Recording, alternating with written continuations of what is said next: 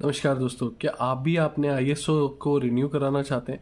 क्या आप चाहते हैं कि आपका आईएसओ रिन्यू हो जाए? क्या आपने देखा है कि जो आपका आईएसओ सर्टिफिकेट है उसकी एक वैलिड डेट होती है। अगर आप उस वैलिड डेट को पार कर जाते हैं या वो वैलिड डेट से आगे निकल जाती है तो उसको रिन्यू कराना आवश्यक है।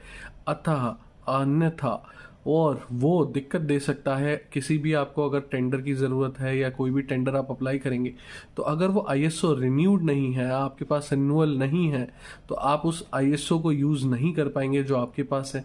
तो अपने आईएसओ की डेट ज़रूर देखें और आईएसओ को रिन्यू ज़रूर कराएं टाइमली। अगर आपकी कोई भी क्वेरी है तो नीचे दिए हुए नंबर पे आप कांटेक्ट कर सकते हैं, बातचीत कर सकते हैं।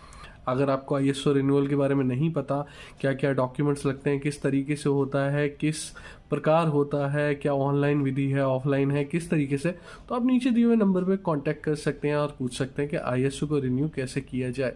और दोस्तों, अगर चैनल सब्सक्राइब नहीं